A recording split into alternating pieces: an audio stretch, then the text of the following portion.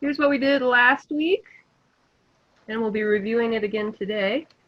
But we were looking at how the horizon line, the one in red, determines whether or not we can see the top of something or the bottom of something. So we're going to do some more of that. You can grab some scrap paper. It doesn't have to be anything good. Let me see what I've got here. I think I have some scrap paper around. Yeah. Old BTS stuff. I can use that. So I've got some scrap paper here.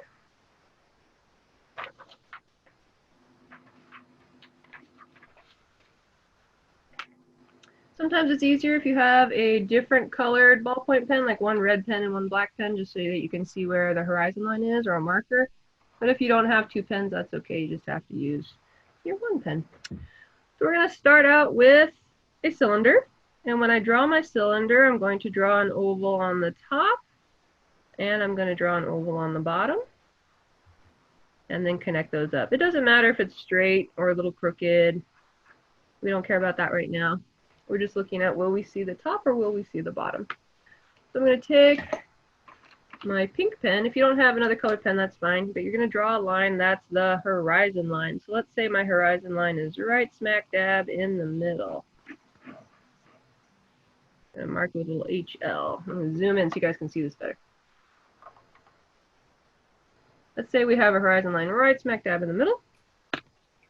And we remember that anything above this horizon line, we cannot see the top. And anything below the horizon line, we cannot see the bottom. So that means that we are going to not be able to see that line or that line. I'm just going to darken in the lines to keep.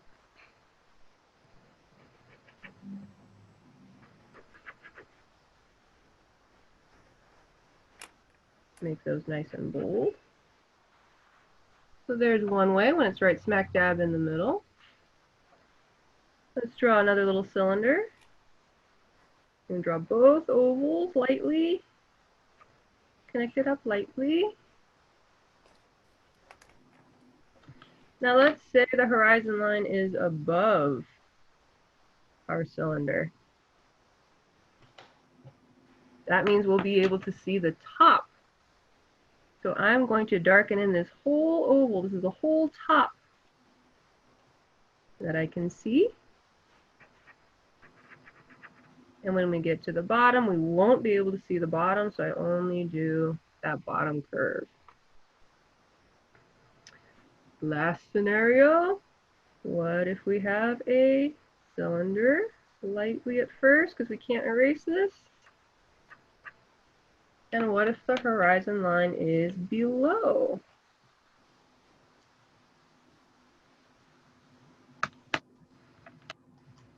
That means we'll be able to see the entire bottom of our cylinder. It's floating. Remember, the horizon line is kind of like the ground line. So this one is floating in air. And when we get to the top, will we be able to see the top? Nope, because it is above the horizon line. So those are the lines I'm going to keep.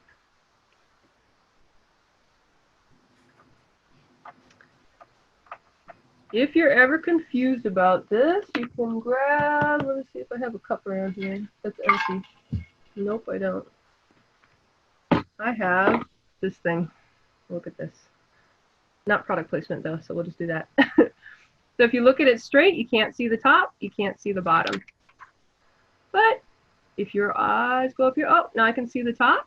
That must mean the horizon line is here, right? Because when we were here, we couldn't see it. If I bring it lower, we can see the top. Let me darken up my camera a little bit. If it goes above the horizon line, we can see the bottom. So if you're ever in doubt, you go, oh, my thing is below the horizon line. What do I see? Do I see the top or do I see the bottom? Oh, I see the top.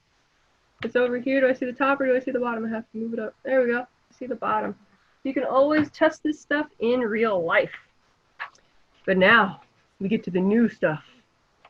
We're going to be able to send this cylinder back into space and come forward into space. So what we are going to do is draw our two ovals. One's going to be big, one's going to be smaller.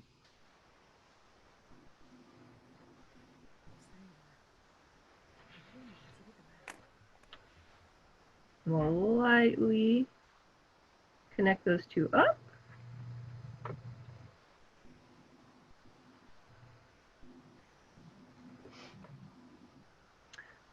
And we want to know, well, do we darken in this side? Do we darken in that side? Do we darken in all sides? Depends on which way it's turning. So let's say that it's turning towards us. It's coming towards us this way in the bigger one. So we can see the whole oval of the big one. On the other side, you'll only be able to see one curve.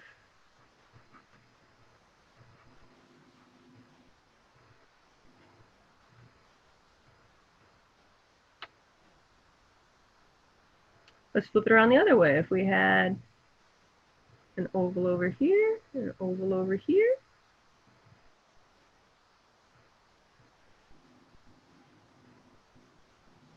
and I can see this whole opening.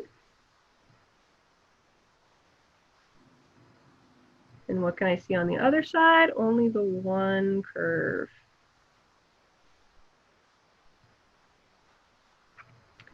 Now you might think, oh, it's just the bigger one. The bigger one is always going to be the oval, and the little one is always going to be the curve.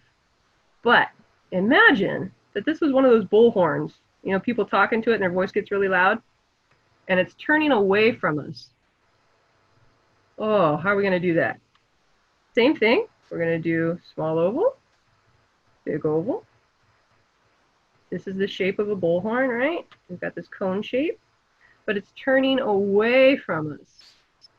So we have to do the opposite of this one. Instead of making the big oval dark, we're going to make the little oval dark. And we're going to keep only that big curved line at the back. So now your bullhorn is pointed in the other direction. Oh, there's Stephanie. Let me let her in.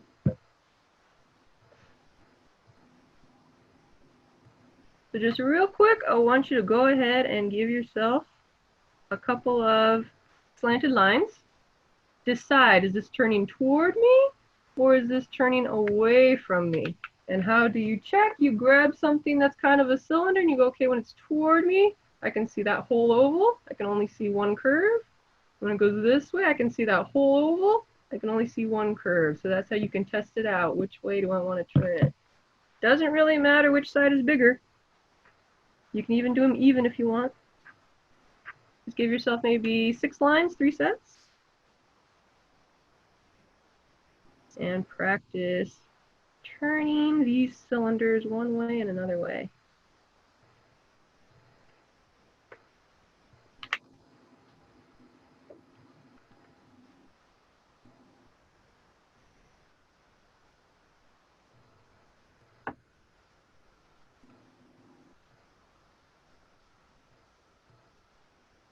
Questions, concerns, problems?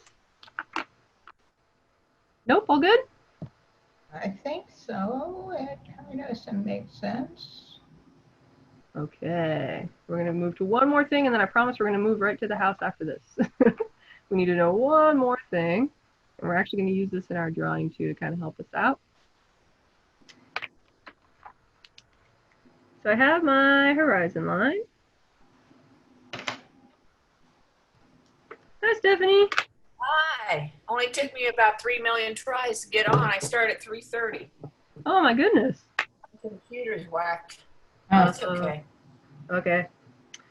Horizon line. Okay. So anything on the horizon line, what does a horizon line basically means? Up here is sky, down here is ground or sea. So anything that is on this line is flat. Totally, totally flat. And as we go away from it, things get more curved. So I'm going to put my curvy oval up here. And that same curvy oval down here. Now the ground is below the horizon line or right at the horizon line? We're going to say right at the horizon line for now. That can change later on in your artistic career, but for right now, because this is a basic class, ground line, horizon line, same thing. Sky? Yep, sky is up this way, ground is down this way. But I mean, is it sky right at the horizon line too, right? Yeah, this is just the division line. This is like if you're having that sunset, you know, and you're doing that. Yeah, it's like that. Okay. So This is my same cylinder, or my same oval, I should say. So my oval gets flatter as it gets down to the horizon line. So halfway in between these two, I want to make an oval that's a little bit more squashed. It's about halfway in between being open and being flat.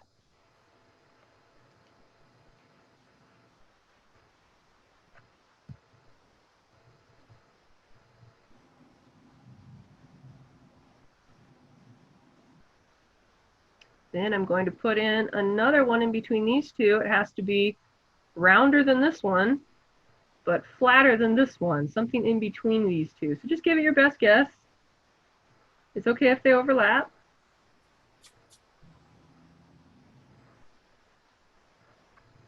This is where different colored inks might come in handy. And we'll do that same oval down here, flatter than the bottom one, but a little more curvy than this one, something in between the two. Just give it your best shot.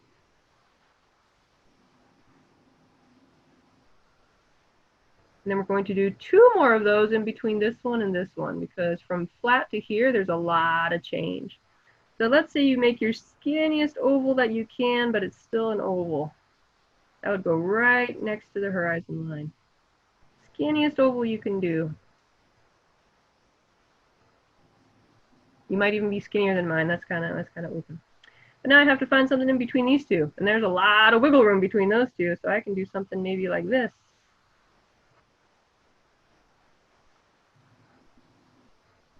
You just got to double check. Is it getting curvier and curvier as it goes?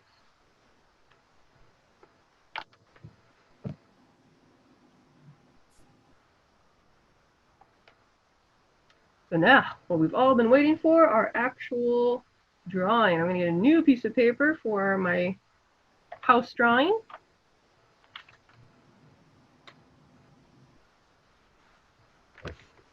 And I'm going to have it tall ways because we're going to do a pretty tall house today.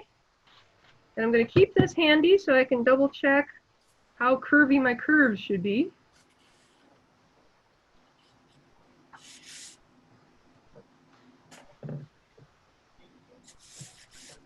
So today the theme is windmill, and we're not going to do a normal type of windmill like you see in Holland. We're going to do a whimsical, fun, silly one.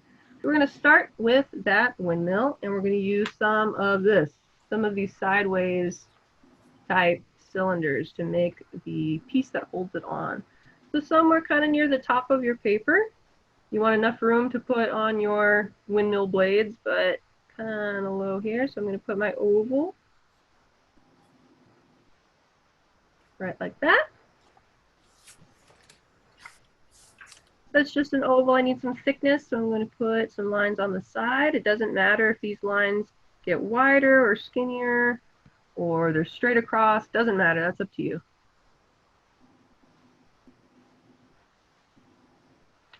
But just like we practice, when one side has an oval, the other side only has a curve. So this side is only going to get one curve.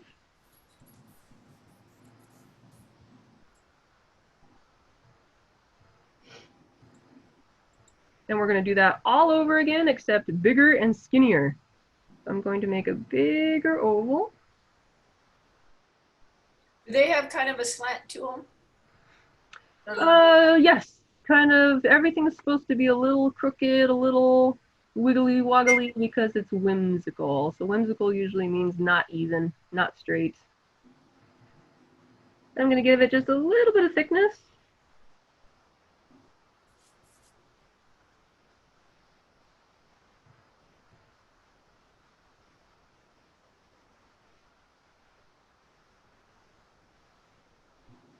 And then we're going to add our windmill like blades.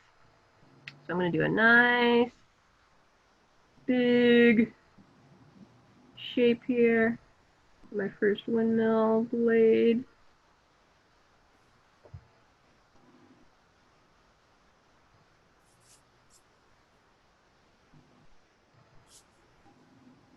And I need another one on the other side, but we know about size, remember size. So my other piece over here can't be this big. This part is going to get a little bit smaller. So I'm going to make this one maybe only that big. You can see the difference in the size.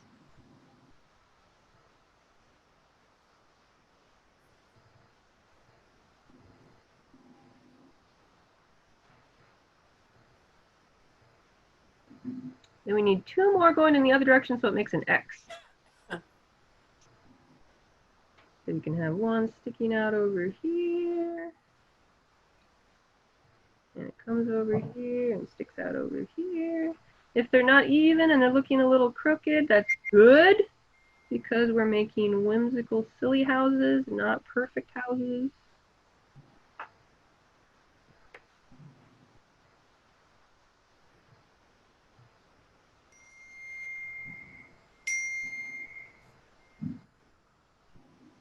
But right now, these are all just pieces of paper. Or they look like it at least until we give it some thickness. So on the top of this one over here, I'll put some thickness. Come back down.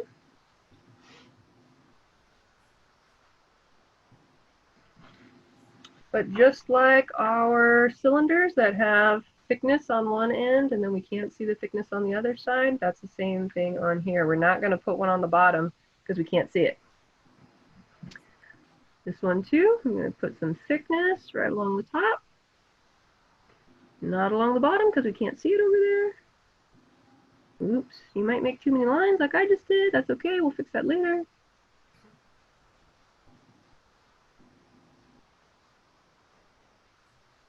Then on this one, I'm going to draw my short little line, get some thickness.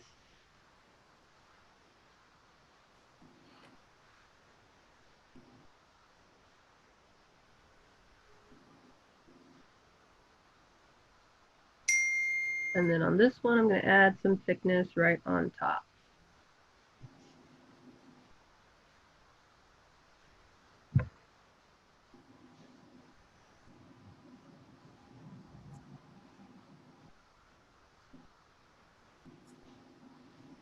Then we're going to have this windmill, this propeller, connected by a whole series of tubes that go kind of zigzagging all over the place.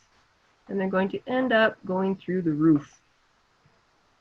So let's start with a pipe going this way. We're just going to do the outline at first, and then we'll fill in all the curves.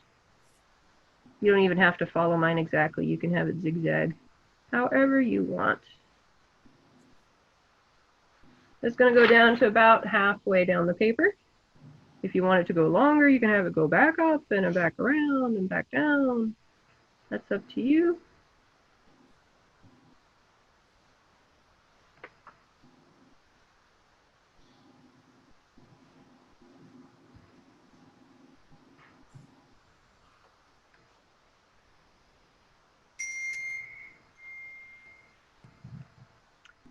And then we're going to have it go right into a cone roof.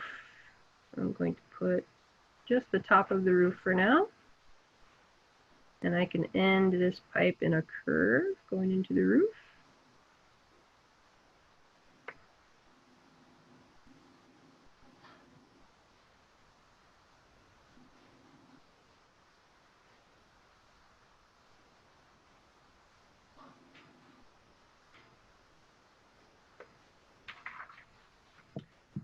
Now since this windmill or propeller is on this crazy line of pipes, the perspective of the horizon line doesn't really apply because it can be tilted any which way. But when we get to the building, we kind of need to know where the ground is so that we know, can we see only the top of this roof or can we see the bottom part of this roof? We have to decide. So I think it'll be fun if we put the horizon line fairly low on the paper so we can see the underside of this roof. So I'm not going to make the whole oval because I need some space for the walls to come down. So I'll come around like this. We're going to keep it kind of flat. You can bring out your little test paper if you want and say, okay, if my horizon line is there, how curvy is my oval going to be? Actually, mine's going to be more curvy. Okay, we can do that.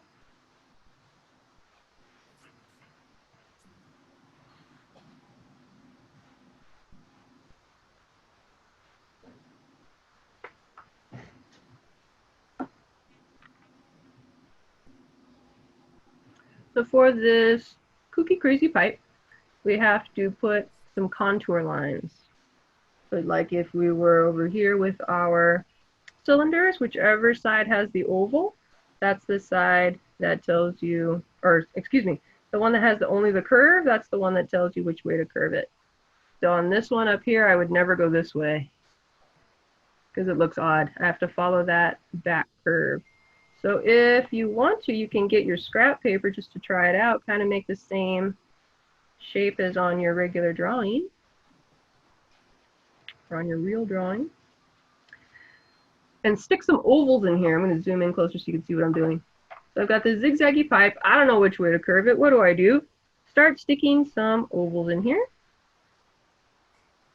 Like that. And then you get to decide, is this coming towards me? So this part is open and this part is only a curve? Or is this part open and this part only a curve? I decide this part's going to be open. This one's only the curve. And the one that only has the curve is going to show you which way to curve your lines. I'm going to do this in pink so it's a little easier to see. So let's say I get to this section. I put an oval in there, I put an oval in there, and I don't know whether my curve is supposed to go up like this or is it supposed to go down like this. How do I find out? I just decide, oh, this is going to be the open end. This is going to be the closed end. So now I know. Doot, doot, doot. It's going to go like that. Let me know if this doesn't make sense.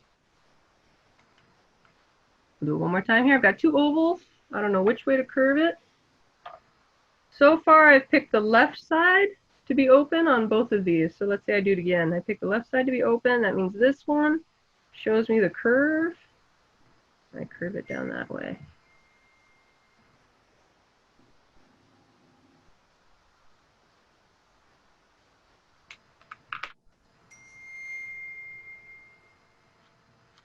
I'm going to go back to my actual drawing here. And this first part is going to be easy because we know that this is above the horizon line. So I'm going to start curving my lines upward.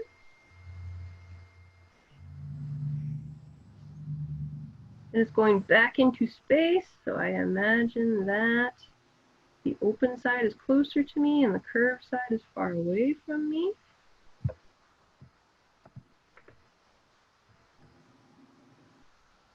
Then we're going to go up again.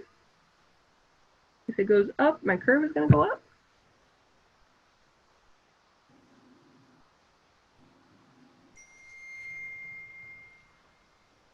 Then here's a decision to make. Is this part going to go away from me, just like my pen is pointed away from me, or is it going to come toward me? You can pick either one. They're both right. Let's say I want it to come toward me, then I'll skip it this way.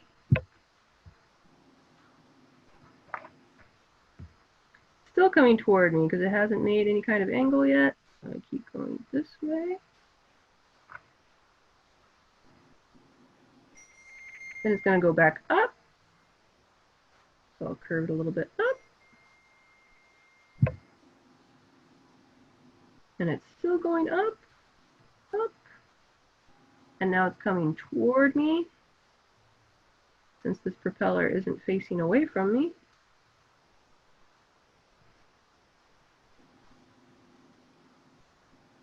And there's our great big tube holding up our propeller, our windmill. So now, for the rest of the house.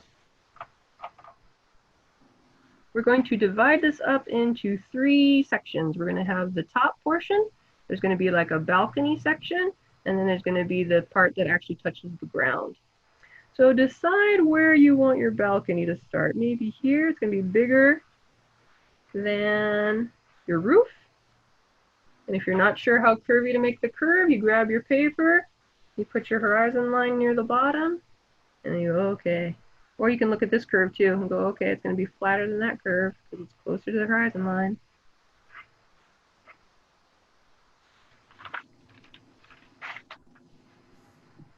That's going to be our top railing. Let's give it an edge.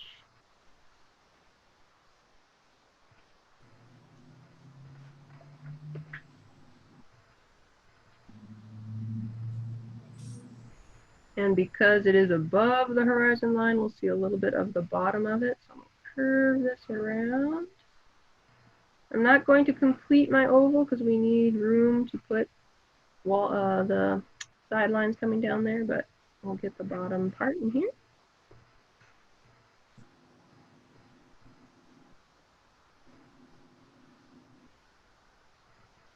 And now, from the balcony to the roof, you can do whatever kind of sidelines that you want. You can make them curve inward, outward, both to the side, just like we did last week. We did all kinds of shapes for different cylinders and chose all kinds of different walls.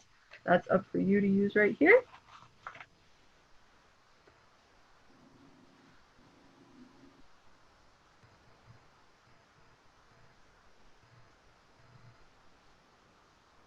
And then this balcony is going to have little cutouts around it. So I'm going to first just take a little bit off the bottom here, kind of as a guideline, but also as a decorative line. And we'll start putting on little archways. It's going to be the cutout of the balcony railing. And as they get to the edges, they're going to get skinnier for shortening. Just like when we have a circle and we turn it, that cap, you can see getting dark, it's skinnier and skinnier and skinnier the more I turn it away. So right as I get to these edges, skinny, skinny ones,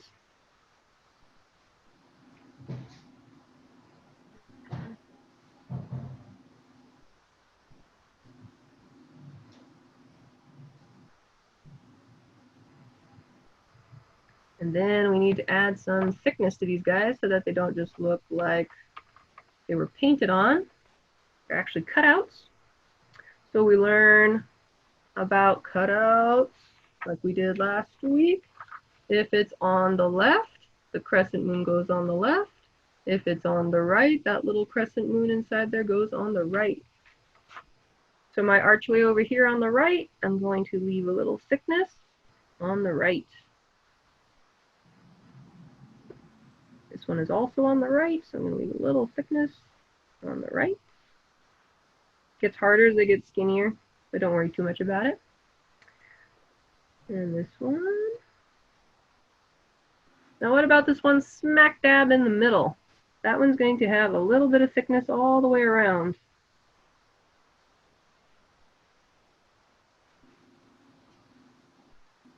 But now we're over on the left. So all of these are going to have thicknesses on the left.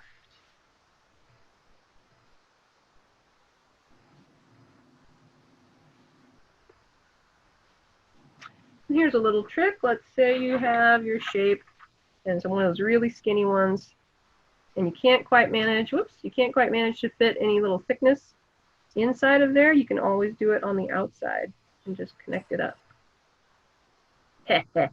Nobody will ever know. Again, if you got something like this and you're like, oh, I can't fit it inside, that's okay. You just draw it on the outside. Nobody knows. But it has to be on the left. Anything on the left is on the left.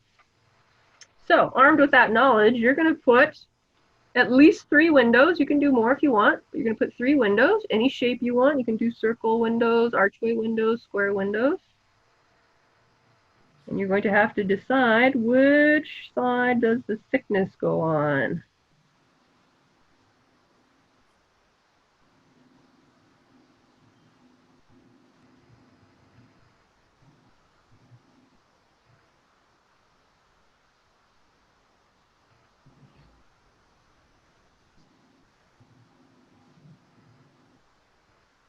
Since these are all above the horizon line, I should probably mention you're going to need a little line in the corner if you're doing any kind of windows with corners.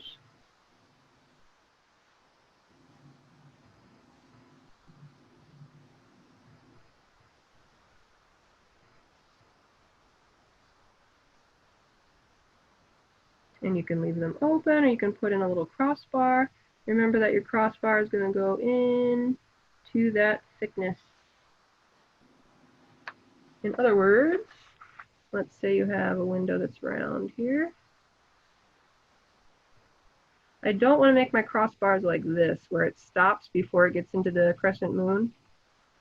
Don't do this, because that looks funny. You're going to have your crossbars go into that thickness, into that crescent moon. So this no, this yes.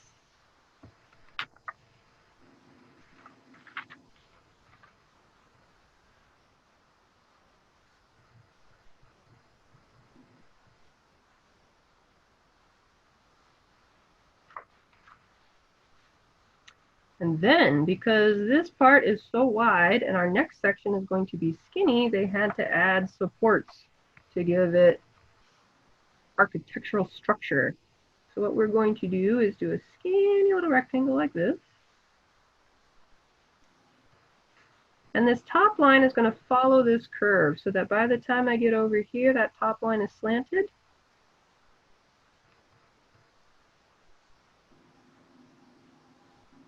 Somewhere in the middle here. Doesn't matter if your rectangles are perfectly even because these are silly houses with silly shapes. I've got some little support beams there.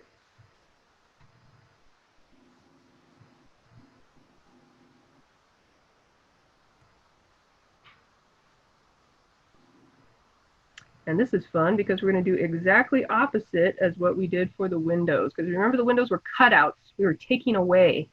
So anything on the right had a thickness on the right. But now we're trying to add instead of take away. So anything on the right is going to have thickness on the left. Confusing, but true. So now I've got that thickness.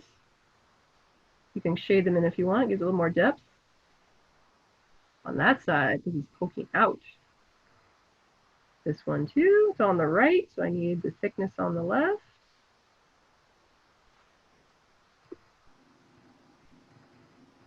The center one, we won't see anything. The one on the left will have some thickness on the right. And this other one on the left, thickness on the right. Oops, it got a little thick, that's okay.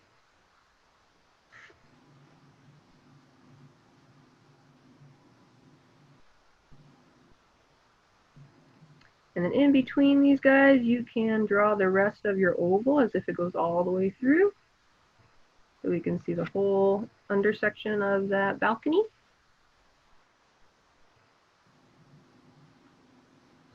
Or not even balcony, rampart? I don't know. I'll have to look up my terms of architecture.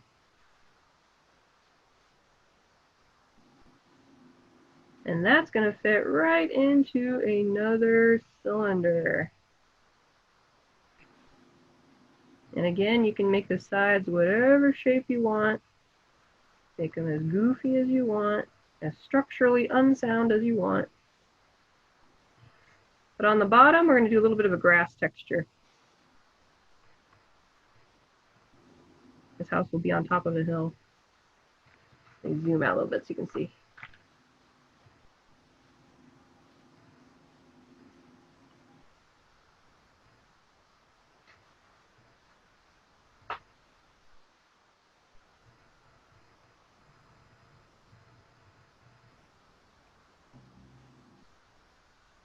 And then you're going to choose where the door is. Is it on the right with its thickness on the right?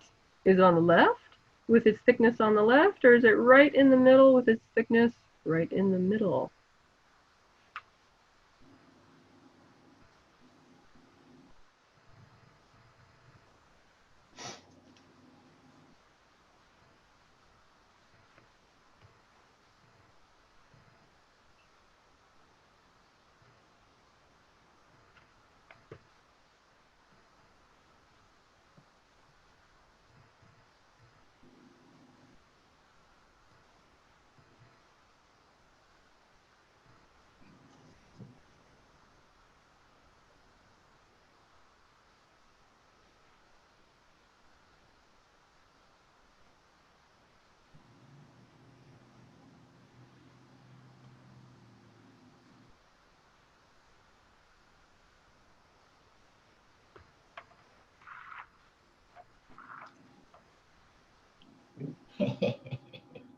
Then we're going to add some big fluffy clouds because it always looks really cool when we put big sky in a drawing. I'm going to do big, huge cloud as it gets smaller, smaller ripples, kind of flat on the bottom.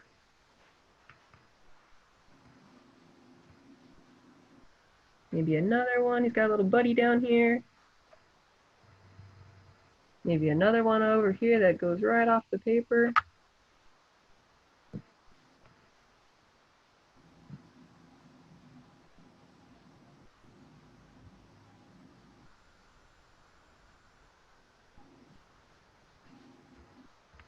Oh, Michaela's here. Let's let her in. But we're not done yet. Our roof is pretty plain. That's just a shape. Let's come in and put some cool shingles or tiles in there. And actually, I'm just going to fill in mine black because I kind of messed up on the curve. So it's easier if I just color this all in.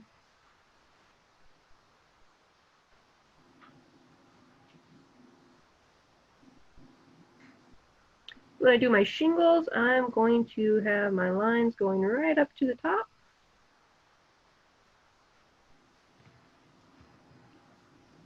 And then I'm going to follow my curve when I start putting some staggering lines here and there to add a little bit of texture to my roof.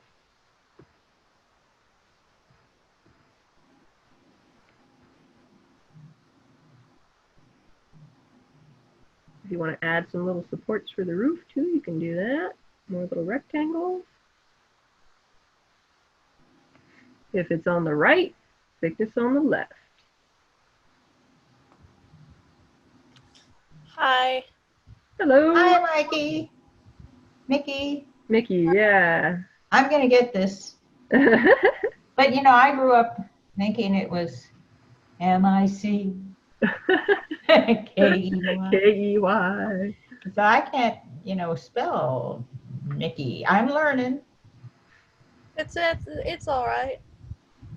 Hey, I like to learn new things. So I'm going to just get that right. It'll take a while, but I'm going to do it. I have one beef with you today, Mickey. Huh? How about some art for the art show? Art for the art show. Were you asking me if I have any, or are you saying you want to show me? I'm saying you're the only person who didn't submit any art for the art show. Oh, yeah.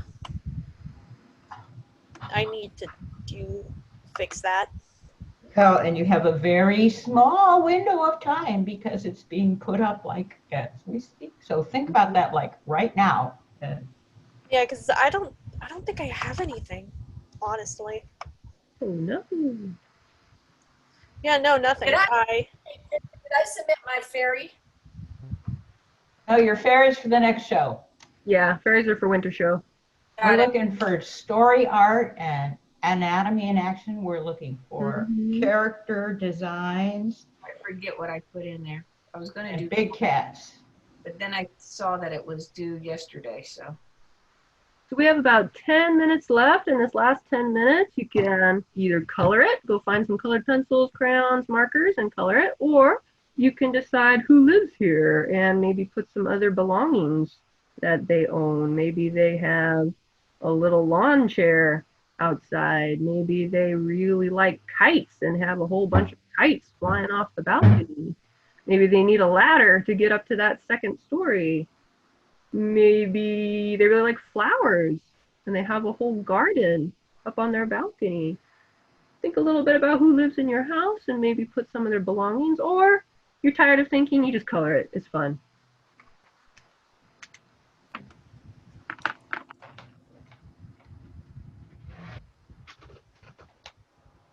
I think I'll stick in some trees, maybe. Trees are always nice.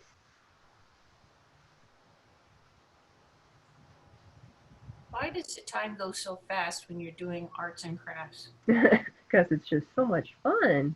Jeez. It's why we should do so much more, especially during this stay at home. Yeah, the stay-at-home thing. Well, as I was driving away from home yesterday, Mm-hmm. I was listening to a good book, and I almost ended up in Fresno, and I only Oh, Oh, so I can get really lost in my fun stuff. whoops. It's good for me. Not good for the gas tank. That was waiting for me in Manteca. Okay.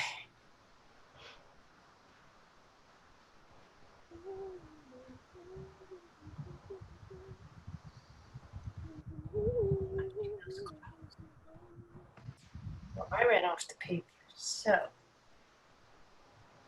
I don't have any landscape. oh, that's all right. You do something else. Out. You practice your little flags. Yes, I was thinking of that, but I hate them. Let me You can see. practice some stairs. Oh, shut up. Please. Maybe next time. Maybe next time we'll do some stairs. Oh, great. Can't wait. It'll be more fun because they can be all crooked and uneven. Yeah.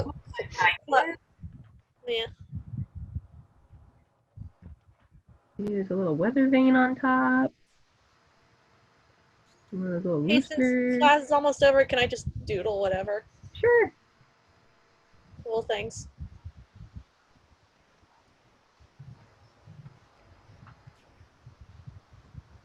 I don't think I did my flag right, but I tried. All right. Stairs. I should do stairs. I should practice stairs.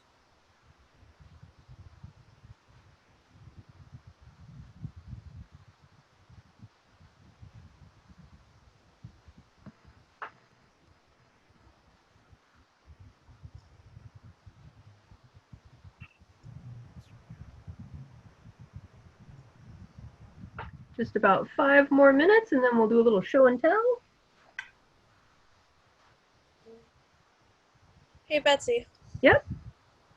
What's your opinion on like putting something like specifically isn't like scientifically true about a dinosaur, but you like it anyway into like a dinosaur character design?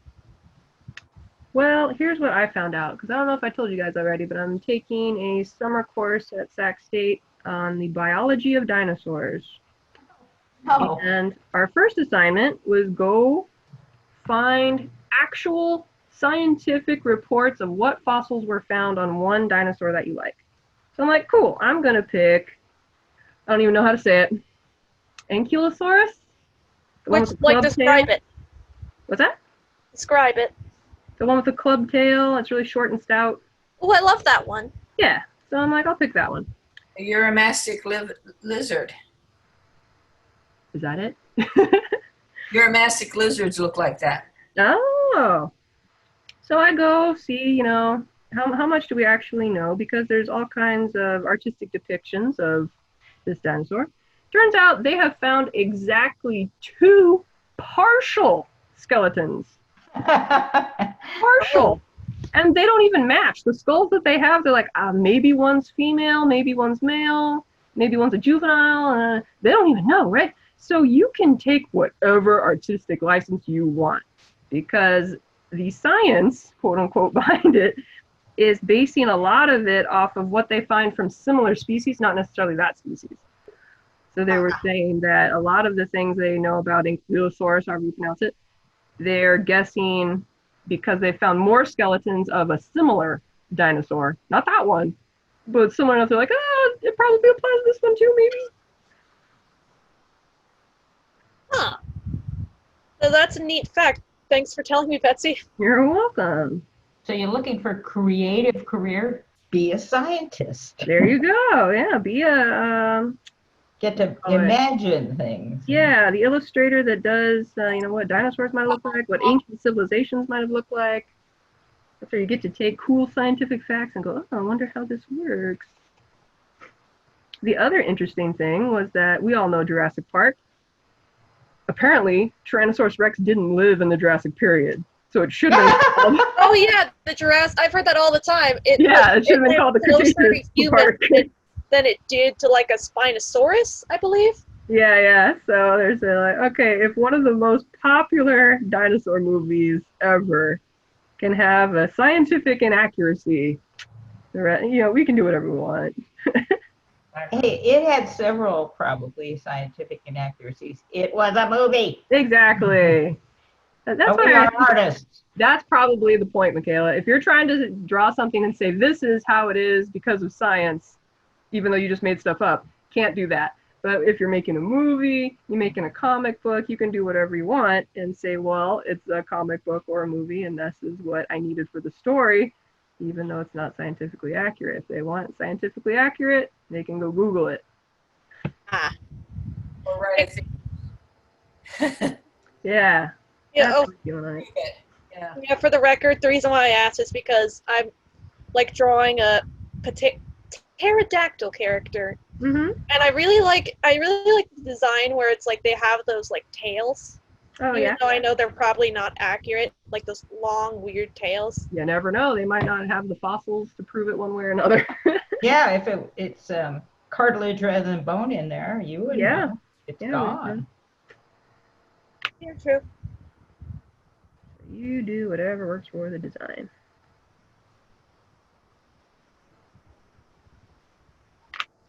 Just one more minute. Well, After this, we'll be doing flower fairies. So if you finish a little bit early, go get your colored pencils. We'll be doing colored pencils next.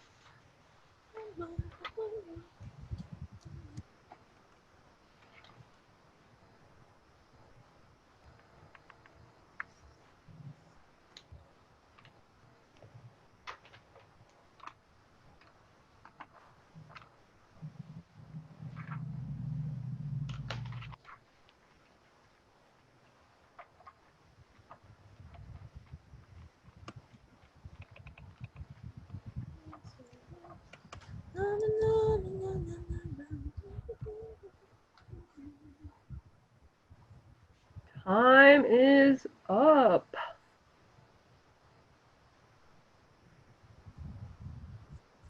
As everybody furiously scribbles in a few more lines.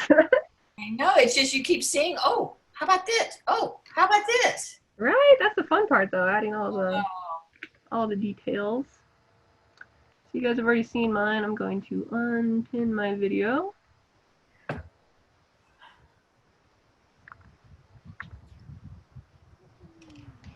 You're up, Kristen. Let me pin her video for everybody. Hey, hey! Look at that! Nice little balcony, nice little flag. Oh, look at that fence! Hey, yeah, oh, the fence. I like the fence. That fence is cute. it's so easy to just copy everything that Betsy does. So I try not to. Try not to. How about you, Calista? Show us. Show us, show us. Can we Hold see it your up. drawing? Let's see. Hold it a little closer to the camera. A little bit closer. Oh! Very You know, nice. You're going to color yours too. Let's see. Wow. Oh, that is excellent. That is excellent. I like your windows too.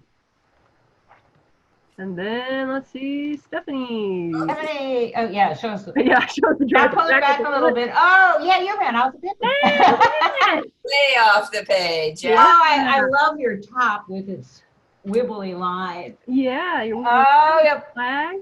Flag, Nice yeah. flag. I don't know if I did it right, but Yeah, you did. Sure. You did. Oh, Yeah.